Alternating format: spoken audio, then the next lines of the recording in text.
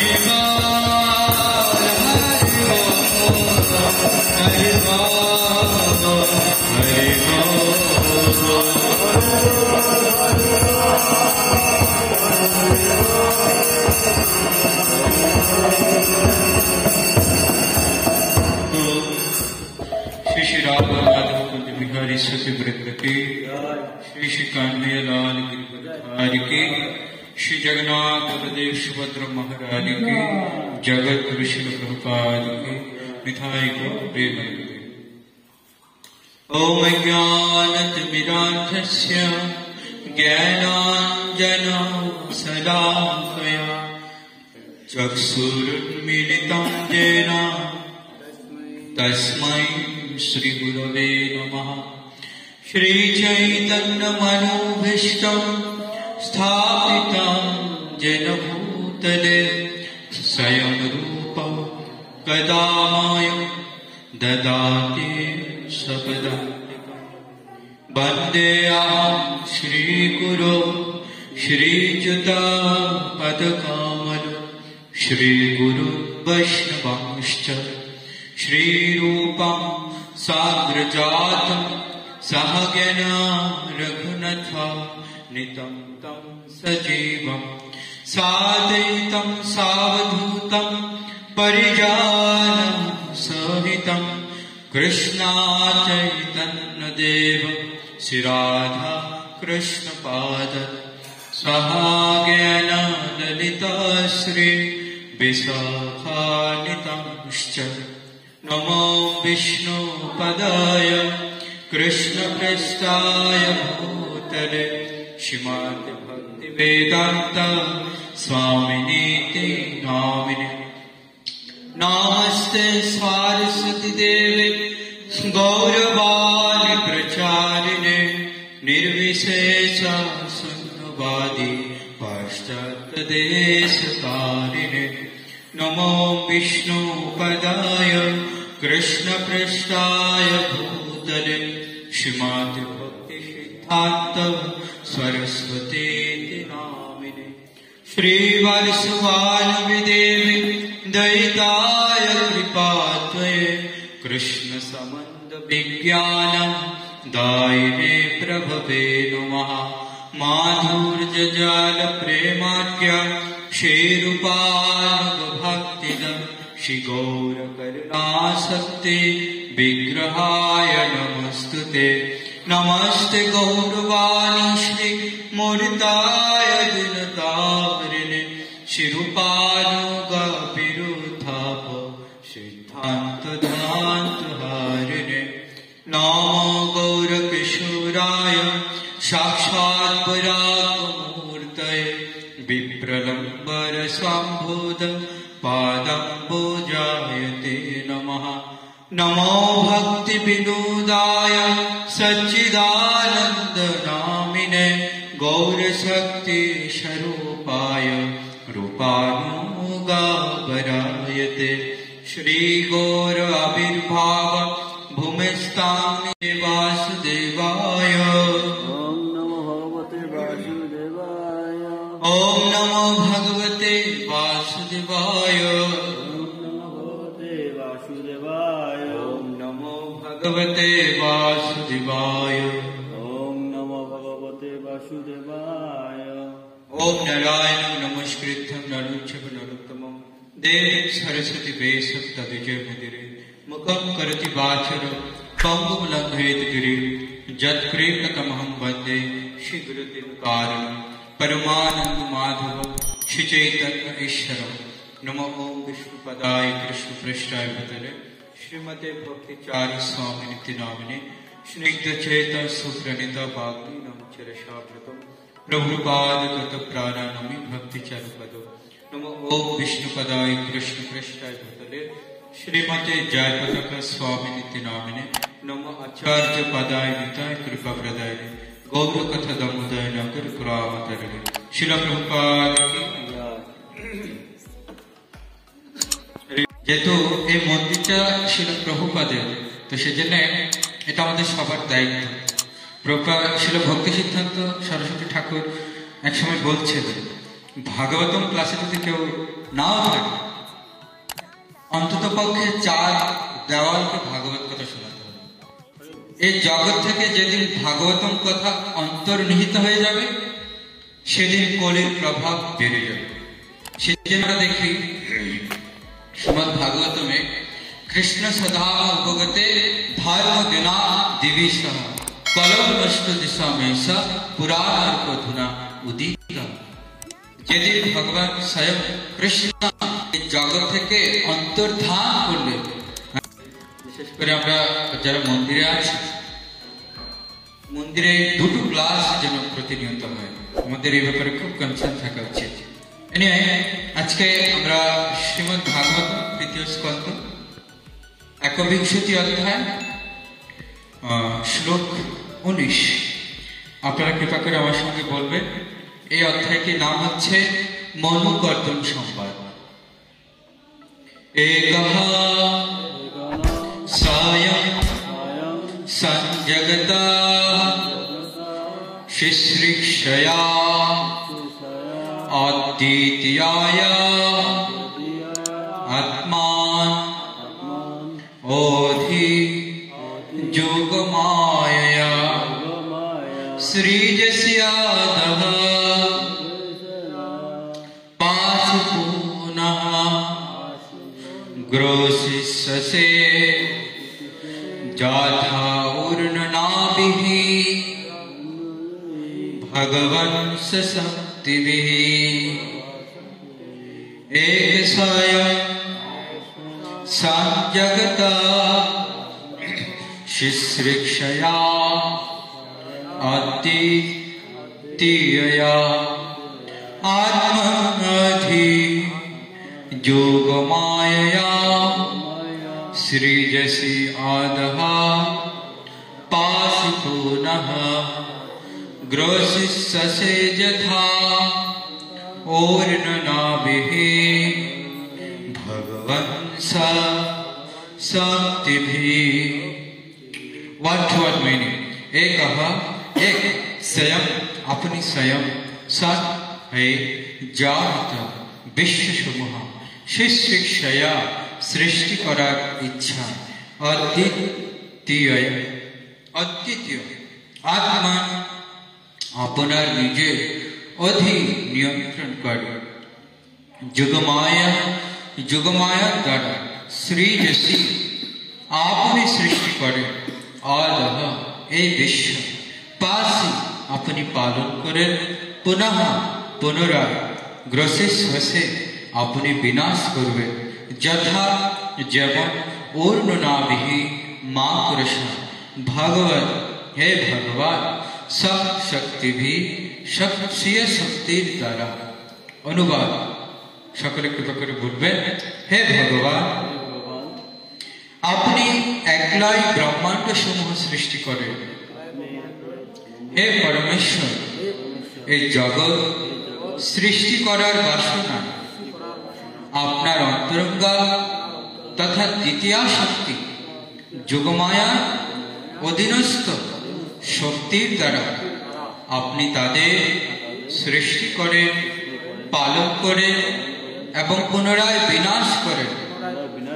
ঠিক যেমন একটি ঊর্ণনাভ তার শক্তির দ্বারা জাল বুনে এবং পুনরায় তা গ্রাস করে। আমি আবারও বলছি, হে ভগবান, আপনি একলাই ব্রহ্মাণ্ড সমূহ সৃষ্টি করেন।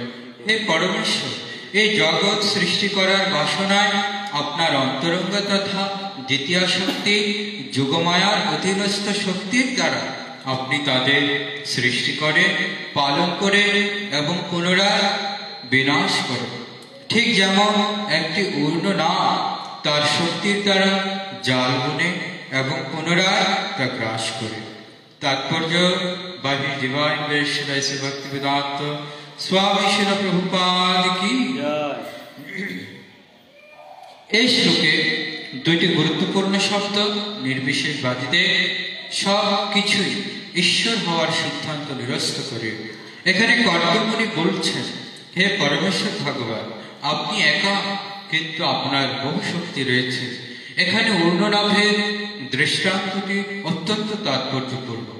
ঊর্ণনাভ একটি স্বতন্ত্র জীব এবং তার শক্তির দ্বারা সে জাল বুনে, তাতে খেলা করে এবং তারপর তার ইচ্ছা অনুসারে তার খেলা সংকলন করে জালটি গুটিয়ে নেয়। মাকড়সা নিত্য। সেটা প্রভুপাদ প্রাঞ্জল তাৎপর্য কি? হস্তিনাপুর ত্যাগ করেছেন। তখন তিনি বিভিন্ন তীর্থ ভ্রমণ করছিলেন বিদুর মহারাজ। আর ভগবান কৃষ্ণ ইতিমধ্যে কুরুক্ষেত্রের যুদ্ধ ক্ষেত্রে তিনি ছিলেন, কিন্তু এর আগে কৃষ্ণ কি করছেন, কৃষ্ণ উদ্ধবকে এই ভাগবত কথা কীর্তন করেছিলেন। অর্থাৎ কৃষ্ণ নিজে স্বয়ং উদ্ধবকে নিজে এই ভাগবত জ্ঞান প্রদান করেছেন, এবং সেই সাথে মৈত্র ঋষি এই দুজনকে ভাগবত জ্ঞান প্রদান করেছেন। এখানে উদ্ধবকে যখন ভাগবত জ্ঞান প্রদান করেন কৃষ্ণ, তখন বলেছিলেন কৃষ্ণ যে ভবিষ্যতে বিদুর যখন আসবে, তুমি তখন বিদুরকে এই ভাগবত কথা শুনবে। তো বিদুর যেন ভাগবত কথা শুনতে পারে, সেজন্য কৃষ্ণ আগে থেকে মৈত্র ঋষি আর হচ্ছে উদ্ধবকে এই ভাগবত কথা পরিবেশন করেছিলেন। পরবর্তীতে যখন বিদুর মহারাজ যখন আসলেন, তখন ভগবান শ্রীকৃষ্ণ নির্দেশ অনুসারে এখন উদ্ধব ভাগবত কথা কীর্তন করার কথা, কিন্তু বৈষ্ণব সদাচারের বিচারে বিদুর যেহেতু বয়সের দিক থেকে উদ্ধবের থেকে বয়সে জ্যেষ্ঠ ছিল, তাই বিদুরকে উদ্ধব এই ভাগবত কথা কীর্তন করেন। উপরন্তু তিনি মৈত্র ঋষিকে অনুরোধ করেছিলেন যে দেখুন, আপনি বয়সের দিক থেকে প্রবীণ আর পারমার্থিক দিক থেকেও প্রবীণ, তাই বিদুর মহাশয়কে ভাগবত কথা পরিবেশন করার জন্য আপনি হচ্ছেন একমাত্র যোগ্য। সিনিয়রিটি বিচার করার কতগুলি দিক আছে। জয় শ্রী শ্রী জগন্নাথ বলদেব সুভদ্রা মহারানী কি, শ্রী শ্রী কান্যালাল যশোদা তনয় কি। সিনিয়রিটি জাজমেন্ট করার কতগুলি দিক রয়েছে। প্রথমত হচ্ছে বয়স নিরূপণ। বয়সে যে বড় সে প্রবীণ। তারপর হচ্ছে ভক্তি। ভক্তিতে যদি কেউ উন্নত হয় তাহলে সে সিনিয়র বা প্রবীণ বলে গণ্য হবে। তারপর হচ্ছে এক্সপেরিয়েন্স বা অভিজ্ঞতা। কেউ যদি অভিজ্ঞতার দিক থেকে প্রবীণ হয় তাহলে তাকে প্রবীণ বা সিনিয়র পদমর্যাদায় ভূষিত করতে হবে।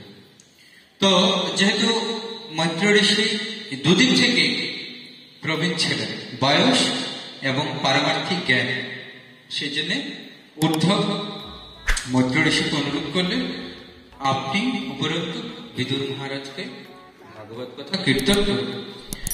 তখন এই বিদুর মহাশয়কে যে ভাগবত কথা বলেছিলেন মৈত্র ঋষি, সেগুলি ধারাবাহিকভাবে এই তৃতীয় স্কন্ধ থেকে আমরা শ্রবণ করছি। এই যে মনু কর্দম সম্ভব, এটা এই বিদুর মহারাজকে এই মৈত্র ঋষি বর্ণনা করছে। মনু হচ্ছে আমাদের আদি পিতা এবং শতরূপা, যাকে আদি মাতা হিসেবে আমরা গণ্য করি। তো এই মনু 3 কন্যা ছিল, আকুতি, প্রসূতি আর হচ্ছে দেবাহুতি। তো কনিষ্ঠ কন্যা ছিলেন দেবাহুতি। অনেকদিন ধরে তিনি এই কনিষ্ঠ কন্যা দেবাহুতির জন্য উপযুক্ত পাত্রের সন্ধান করছিলেন। আর ওদিক দিয়ে কর্দম যিনি ছিলেন একজন তপস্বী, তিনি কঠোর তপস্যা করছেন, তপস্যা করে ভগবানকে প্রসন্ন করছেন। এবং তার এক সময় বিবাহ করার মনোবাসনা জাগ্রত হয়, অর্থাৎ তিনি গৃহস্থ আশ্রমে যাবার জন্য সিদ্ধান্ত গ্রহণ করেন। তখন তিনি ভগবানের কাছে প্রার্থনা করেন যে হে প্রভু, আমি যেহেতু গৃহস্থ আশ্রম অবলম্বন করতে চাই, তাই আপনি কৃপা করে আমার সমকক্ষ, আমার সমগুণ সম্পন্ন একজন নারীকে কৃপা করে আমার পত্নী রূপে প্রেরণ করে, এই প্রার্থনা করেছে। এখান থেকে একটা লেসন আছে, ভক্তদের যদি কখনো জড়জাগতিক কোন অভিলাষা যদি থাকে, তথাপি সেটা দেবতাদের কাছে না বলে ভগবানের কাছে বলা উচিত। কেন? কারণ দেবতাদের কাছে যদি কোনো বিষয় চাওয়া হয়, তারা যে বিষয় চাওয়া হবে সেটিকে পূর্ণ করবে, কিন্তু সেখানে দুটো দিক। সেই বিষয়টা যিনি প্রাপ্ত হবে, যে ভক্ত, প্রথমত সেটা টেম্পোরারি বা ক্ষণস্থায়ী হবে, আর দ্বিতীয়ত সেই বিষয় যে ভক্তকে প্রদান করবে দেবতারা, সেই বিষয় প্রাপ্ত হয়ে সেই ভক্ত অন্তিমে দুঃখ প্রাপ্ত হবে, দুঃখ পাবে। কারণ ভগবদ্গীতা কৃষ্ণ বলছেন, বিষয়া যে বিষয় রয়েছে, এই বিষয়কে যখন কেউ উপভোগ করে, শুরুতে তাকে আনন্দদায়ক হয়, কিন্তু তার পরিণতিতে দুঃখ ভোগ করতে হয়। কিন্তু ভগবানের কাছে যদি কেউ বিষয় প্রার্থনাও যদি করে, যদিও ভগবানের কাছে বিষয় প্রার্থনা করা উচিত না, কিন্তু ভাগবত বলছে কাম অকাম মুখ্য কাম বিদায়, বলা হচ্ছে কারো কামনা থাকুক কিংবা কামনা শূন্য হোক, তথাপি তার ভগবানের চরণ পাদপদ্ম ছাড়া আর অন্য কোথাও ধাবিত হওয়া উচিত নয়। কারণ ভগবানের কাছে যদি কেউ কামনা নিয়েও যদি প্রার্থনা করে, বিষয় প্রার্থনা করে, ভগবান তাকে উপরোক্ত এমন একটি ফল প্রদান করবে, যে ফল প্রাপ্ত হয়ে তার পরিণতিতে তাকে কখনো দুঃখ ভোগ করতে তো হবেই না, উপরন্তু ভগবানের চরণে তার অহেতুকী ভক্তি আরো বর্ধিত। তো এখানে আমরা দেখি কর্দম মুনির যেহেতু গৃহস্থ আশ্রমে তিনি যেতে চাইছেন, তো এটিতে একটি বিষয়, কিন্তু তিনি সেটি ভগবানের কাছে প্রার্থনা করেন যে হে প্রভু, কৃপা করে আপনি আমার সমগুণ সম্পন্ন কোন পত্নী আপনি কৃপা করে প্রদান করেন। এখানে আরেকটি বিচার্য বিষয়, যে সমগুণ সম্পন্ন কেন বলা হচ্ছে? কারণ বলা হচ্ছে দাম্পত্য জীবন তখনই সুখময় হয় যদি পতি এবং পত্নী একই গুণসম্পন্ন হয়, একই গুণ সম্পন্ন। কিরকম? যদি পতি সত্যগুণের হয় আর পত্নী যদি রজগুণের হয়, তাহলে সেই দাম্পত্য জীবন সুখময় হবে। আবার পতি যদি রজগুণের, পত্নী যদি তমগুণের, তাহলেও হবে। আবার পতি এবং পত্নী দুজনেই যদি তমগুণের হয়, তাহলে আনন্দময় হয়। অর্থাৎ বিচারটা হচ্ছে একই গুণ, এবার সেটা সত্যগুণ হোক, রজগুণ হোক আর তমগুণ হোক। যেমন অসুর পতি আর অসুর পত্নীগণ, এরা সবাই তমগুণ, তাদের মধ্যে কোনো কলহ হয় না। কিন্তু কলহটা কখন হয়? যখন দুইজন দুই গুণের হয়। সেজন্য আমরা দেখি ভক্ত সমাজেও দেখা যায়, আমাদের ভক্ত পরিবারগুলিতে দেখা যায়। অনেক পরিবারে দেখা যায় মাতাজি ভক্ত, পিতাজি ভক্ত। পিতাজি হয়তো রজগুণে, সে খুব আমিষ খাবে, খুব উন্মত্ততা তার জন্য প্রতিনিয়ত ঝগড়া হয়। এবার আমাদের ভক্তদের মধ্যে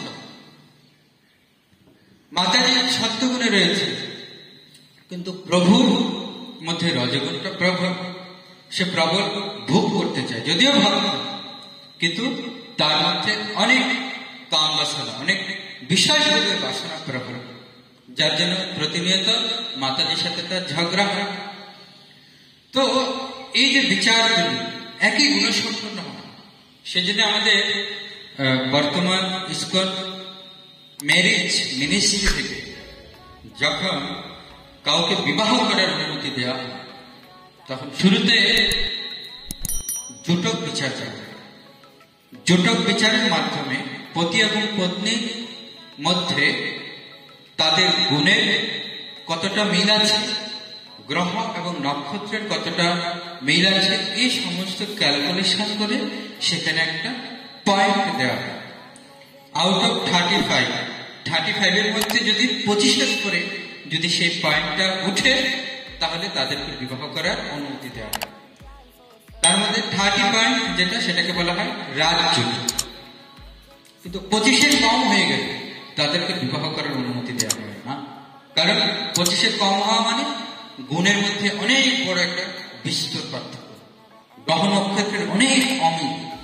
তো সেই দাম্পত্য জীবন যদি তারা বড়নও করে তথাপি তারা সুখী হবে। আমরা দেখি অনেক ভক্তদের মধ্যে দেখা যায় ডিভোর্স দেওয়ার প্রভাব, কারণ বিবাহ করার আগে এই গুণের বিচার করে। সেজন্য আগে আমরা দেখি যখন কোনো বিবাহ হতো, পিতা মাতা ঠাকুর দিদিমারা অনেক বিচার করে তারপর বিয়ের আয়োজন করতেন। কিন্তু এখন তো দেখা হলো, পছন্দ হয়ে গেল, হুট করে যার যেদিন বেশি দিন টিকে না। তো কিন্তু কর্দমণি সেরকম ভাবে ভগবানের কাছে প্রার্থনা এই জন্য করেছে, কারণ তিনি অভিজ্ঞ ছিলেন যে আমি যদি আমার গুণ সম্পন্ন, সমগুণ সম্পন্ন যদি কোনো পত্নীকে লাভ করতে পারি পত্নী রূপে, তাহলে আমার ভগবানের সাধনায় ব্যাঘাত বা বিঘ্ন হবে। তো ভগবানের সেবায় যেন কোনো বিঘ্ন না, সেইরকম একজন পত্নী তিনি চেয়েছেন, যে যাকে প্রাপ্ত হয় ভগবানের সেবায় তো বিঘ্ন হবেই না, উপরন্তু সে ভগবানের সেবায় সহযোগী। তো সেজন্য ভগবান কৃপা করে এই কর্দমণির কাছে এই মনুকে পাঠিয়েছেন। কারণ ব্রহ্মা কাছে যখন মনু প্রার্থনা করেছিলেন উপযুক্ত একজন পতি আমি আমার কন্যার জন্য চাই, তখন ব্রহ্মা বলেছিলেন যে তুমি কর্দমণির কাছে তোমার কন্যাকে সম্প্রদান করো। তো ব্রহ্মার নির্দেশে চোখ বন্ধ করো, কোনরূপ বিচার না করো, যে পাত্র কোথায় থাকে, কি করে, তার আসবাব গৃহ আছে কি নেই, কোনো বিচার না করো। পিতামহ ব্রহ্মা বলেছেন, বাস চোখ বন্ধ করে মনু চলে গেলেন কর্দমণির কাছে। তো কর্দমণি কোথায় থাকতেন? তো কর্দমণি যেখানে থাকতেন তিনি বনে থাকতেন, বৃক্ষের নিচে বসে তিনি ভগবানের ধ্যান করতেন, তপস্যা করতেন। তার কোনো গৃহ ছিল না, আসবাবপত্র তো দূরের কথা, পরনের জন্য একটা বস্ত্র পর্যন্ত ছিল, গাছের বাকল পরিধান করতেন। তারা চিন্তা করুন, সেরকম অবস্থায় মনু, যিনি হচ্ছেন সমগ্র পৃথিবীর একচ্ছত্র সম্রাট, আর তার কন্যাকে তিনি নিয়ে যাচ্ছে কর্দমণির কাছে। কিরকম পরিস্থিতিতে? যার একটা কুঠির নেই, আসবাবপত্র নেই, পরনের একটা বস্ত্র পর্যন্ত নেই, আর তাকে গিয়ে মনু সরাসরি বলছেন, তার প্রশংসা করছেন, একের পর এক প্রশংসা করছেন যে আপনি অনেক মহান তপস্বী, ভগবানের ইচ্ছা যে আপনি যেন আমার কন্যার বাণী গ্রহণ করেন। কিন্তু তিনি কোনো বিচার করলেন না পাত্রের কি আছে কি নেই, ভগবানের অভিলাষ আর পিতামহ ব্রহ্মার নির্দেশ, তাই আপনাকে কৃপা করে আমার কন্যার বাণী গ্রহণ করতে হবে। কন্যাকে দিয়ে দিলেন, কন্যাকে দিয়ে তিনি সোজা সেখান থেকে প্রস্থান করলেন। আর তার আগে যখন কর্দমণির এরকম প্রশংসা করছিলেন, তখন এই কর্দমণি এই মনুর কাছে, অর্থাৎ তার শ্বশুর মনুর কাছে তিনি ভগবানের মহিমা কীর্তন করছিলেন। এই যে আজকের এই শ্লোকে তিনি বলছেন যে হে ভগবান, আপনি একলাই ব্রহ্মাণ্ড সমূহ সৃষ্টি করেন, হে পরমেশ্বর, এই জগৎ সৃষ্টি করার বাসনা আপনার অন্তরঙ্গা তথা দ্বিতীয় শক্তি কাজ করে। সে দ্বিতীয় শক্তিটি কি? সেটি হচ্ছে ভগবানের যোগমায়া শক্তি, যার মাধ্যমে পুরো জগৎ ভগবান পরিচালনা করেন। ভগবান সরাসরি জগতের উপর হস্তক্ষেপ করেন, তিনি তার যোগমায়া শক্তি, বহিরঙ্গ মায়া শক্তির মাধ্যমে পুরো জগৎকে পরিচালনা করেন। তাই এই জগতের অধিষ্ঠাত্রী দেবী হচ্ছে দুর্গা, যিনি এই দুর্গাকে পরিচালনা করেন। এভাবে তিনি মনুর কাছে ভগবানের মহিমা কীর্তন করছেন, যে সমস্ত কিছুর আয়োজনের পিছনে ভগবানেরই অভিলাষ। তাই হে পরম ব্রহ্ম, পরম পুরুষোত্তম ভগবানের সেই চরণ কমলে আমি আমার প্রপত্তি স্বীকার করি এবং তার ইচ্ছা ক্রমে আমি আপনার পত্নীর বাণী গ্রহণ করতে প্রস্তুত। এইভাবে এই মনু এবং কর্দমণির মধ্যে এই পুরো অধ্যায়কে জুড়ে এই সংবাদ একের পর এক তারা বার্তালাপ করছেন। মনু প্রথমে এসে কর্দমুনির প্রশংসা করছে, ভগবানের গুণমহিমা কীর্তন করছে। তারপরে কর্দমুনি মনুর সাথে ভগবানের গুণমহিমা কীর্তন করছে। তারপরে তাদের এই বার্তালাপের পরে দেবহূতিকে কর্দমুনি বন্ধুরূপে স্বীকার করে। এই হচ্ছে এই অধ্যায়টির বিষয়বস্তু। জগৎগুরু শিল প্রভুপাদ কি, সমবেত শিগৌর ভক্তবৃন্দ কি। কার কোন প্রশ্ন বা জিজ্ঞাসা আছে? ধন্যবাদ। গচ্ছা কল্পতরুভ্যশ্চ কৃপা সিন্ধুভ্যশ্চ পতিতানাং পাবনেভ্যো বৈষ্ণবেভ্যো নমো নমঃ।